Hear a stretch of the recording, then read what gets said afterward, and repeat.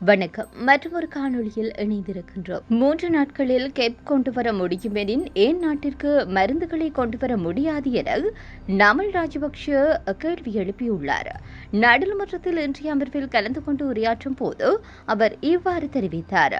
அரசு அதிகாரிகளுக்கு வாகன பெர்மிட்டுகளை கொடுப்போம் எனவும் நாடாளுமன்ற உறுப்பினர்களுக்கு பெர்மிட்டை வழங்க மாட்டோம் எனவும் அரசாங்கம் உறுதியளித்திருக்கிறது. ஆனால் இன்று நாடாளுமன்ற உறுப்பினர்களுக்கு கெப் வாகனம் கொண்டுவரப்பட உள்ளது. அரசாங்கம் 1700 கெப் வாகனங்களை இறக்குமதி செய்கிறது. இதன் நோக்கம் என்ன என எங்களுக்கு புரியவில்லை. அந்த காலத்தை போலவே வாழை இலைகளை கொண்டு வருவதா இதன் நோக்கம் என்பது தெரியவில்லை என நாமல் ராஜபக்ஷ பேரணியின் பிற்பாடு நாடாளுமன்றத்தில் தெரிவித்திருக்கின்றார். இதேவழியில் நுகேகொடையில் நேற்றைய தினம் நடைபெற்ற கூட்டமானது அலிபாபாவும் 40 திருடர்களும் பங்கேற்ற கூட்டமாகும் என பிரதி அமைச்சர் சுந்தரலிங்கம் பிரதீப் தெரிவித்தார். தற்போதைய அரசாங்கத்தை கவிழ்க்க சிலர் பகல் கனவு கண்டு வருவதாகவும் அவர் சுட்டிக்காட்டினார். குறைந்த விடயம் தொடர்பில் மேலும் கருத்து தெரிவித்த அவர், சிலர் பகல் கனவு காண்பதனால் தான் டிசம்பர் ஜனாதிபதி என்ற கதைகள் பரப்பப்பட்டு வருகிறது. நாட்டின் பழைய அரசியல் கலாச்சாரம் நுகேகொடை பேரணியில் வெளிப்பட்டது. தென்னிந்திய நகைச்சுவை நடிகர் வடிவேலுவை போல தற்போது எதிர்க்கட்சி மாறிவிட்டது. திருடர்களின் இளவரசரே நாமல் ராஜபக்ஷ என பிரதி அமைச்சர் மேலும் தெரிவித்தார். ஆனாலும் இந்த பேரணியானது மக்கள் குரல் பேரணி ஒரு அபாய செய்தியை நாட்டை நேசிக்கின்ற மக்களுக்கு இட்டு சென்றுள்ளதாக காத்தான்குடி அரசியல் முக்கியஸ்தரும் சமூக செயற்பாட்டாளருமான ஜூஎல்எம்என் முஃபி தெரிவித்தார். புலனாய்வு அறிக்கையின் பிரகாரம் 8000 பேரளவில் மக்கள் சேரலாம் என்ற அறிக்கையின் பிறகு மஹிந்த ராஜபக்ஷ ஆர்ப்பாட்டத்தில் கலந்து கொள்வதிலிருந்து பின்வாங்கிய போதிலும் சுமார் 7000க்கும் முற்பட்ட வரையிலான பொதுமக்கள் இந்த ஆர்ப்பாட்டத்தில் கலந்து கொண்ட போதும் இதனை முற்றுமுழுதாக தோல்வியடைந்த பேரணி என்று சொல்ல முடியாது என ஆய்வாளர்கள் தெரிவிக்கின்றனர். இதை பற்றி கணக்கெடுக்க தேவையில்லை என புலனாய்வு அறிக்கை அரசாங்கத்திற்கு வழங்கப்பட்டுள்ளதாக தெரியவந்தது. இந்த புலனாய்வு அறிக்கையின் கண்ணோட்டத்தில் முற்போக்கு ஊடகங்கள் இந்த ஆர்ப்பாட்டத்தை நோக்கவில்லை. இவ் ஆர்ப்பாட்டத்திற்கு அழைத்து வரப்பட்ட மக்கள் மதுபானத்திற்கும் பணத்திற்கும் அழைத்து வரப்பட்ட போதும் பச்சையாக இனவாதத்தை கக்கியது இந்த ஆர்ப்பாட்ட மேடைகளிலும் ஊர்வலத்திலும் பிரதிபலித்தது.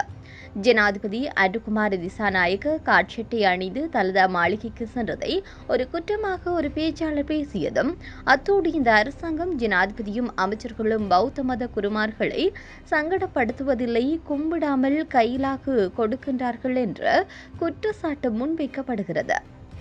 பௌத்த மதம் இந்த ஆட்சியாளர்களினால் கௌரவப்படுத்தப்படவில்லை என்ற குற்றச்சாட்டில் முன்வைக்கப்பட்டு 1956 பண்டார்நாயக்க பௌத்த இனவாதத்தை பேசி ஆட்சியை கைப்பற்றியது போல் பின்னிய நாட்களில் கோட்டபய ராஜபக்ஷ சிங்கள பெருந்தேசியவாதத்தை கோஷமாக முன்னிறுத்தி ஜனாதிபதியாகியதையும் ஆதாரமாக கொண்டு இனவாதத்தின் ஊடாக ஆட்சியை கைப்பற்ற முயன்ற ஒரு முயற்சியாக காணப்பட்டது.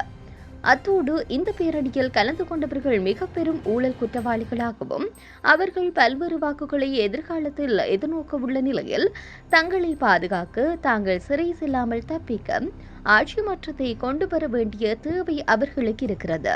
ஆனால் அப்பாவி சிங்கள மக்களின் மனதில் விஷமத்தை தூண்டி குறுக்கு வழியில் ஆட்சியை கைப்பற்ற நடத்தப்பட்ட ஒத்திகையாகவும் முதற்படியாகவும் நேற்றைய ஆர்ப்பாட்டத்தை அடையாளப்படுத்த முடியும். நாட்டை மிக பெரும் கடனுக்கு தள்ளி மிக பெரும் ஊழல் செய்து தன்னுடைய குடும்பத்திற்கு சொத்து சேர்த்த மகிந்தவும் அவருடைய கூட்டாளிகளும் தாங்கள் சிறை செல்வதிலிருந்து தப்பிக்க இனவாதத்தை கையில் எடுத்துள்ளனர். ஆனால் இதே போன்று ஒரு ஆர்ப்பாட்டம் நல்லாட்சி அரசுக்கு எதிராக 2018 மஹிந்த ராஜபக்ஷவினால் முன்னெடுக்கப்பட்டது. அப்போது ரணில் விக்ரமசிங்கே அந்த ஆர்ப்பாட்ட பேரணியில் கணக்கெடுக்காமல் விட்டது பின்னர் நல்லாட்சி அரசையே வீட்டுக்கு அனுப்ப வேண்டிய சூழ்நிலை ஏற்படுத்தியது.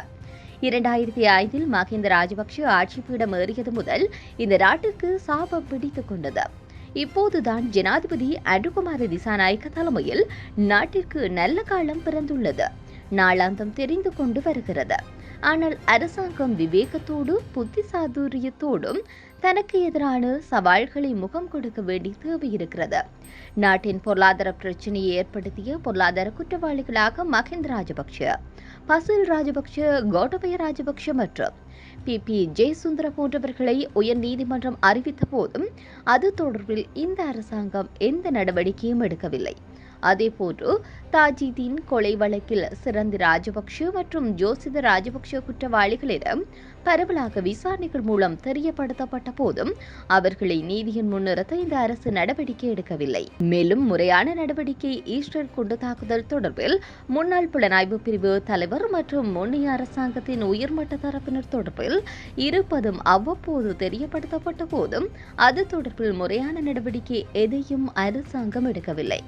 மத்திய வங்கி பிணைமுறை முறைகேடு தொடர்பிலும் அரசாங்கத்தின் நடவடிக்கைகளிலும் தெளிவாக தெரியவில்லை.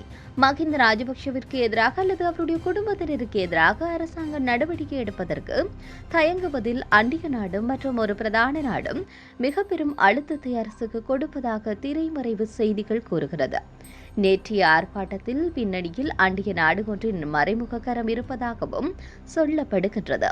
ஆனால் தைரியமாக இந்த முன்னாள் ஆட்சியாளர்களுக்கு எதிராக நடவடிக்கை எடுக்க தவறும் பட்சத்தில் அனுர அரசாங்கம் இந்த இனவாத தீயில் கருகி வீட்டிற்கு செல்ல வேண்டிய நிலை, ஒரு துர்ப்பாக்கிய நிலை ஏற்படலாம். இது நாட்டை நேசிக்கின்ற, அமைதியை விரும்புகின்ற, ஜனநாயகத்தை மதிக்கின்ற மிக பெரும் மக்கள் கூட்டத்திற்கு மிகப்பெரிய பாதிப்பாக அமையும். இந்த அரசாங்கம் தொடர்ந்து நீடித்து நிலைக்க வேண்டும் என்பதிலேயே நாம் மிகுந்த விருப்பமாக இருக்கின்றோம். கடந்த நல்லாட்சி அரசாங்கத்தை விட எவ்வளவு முன்னேற்றங்களை கொண்ட அனுர திசாநாயக்கவினுடைய தலைமையிலான இந்த ஆட்சி நீடித்து நிலைக்க வேண்டும்.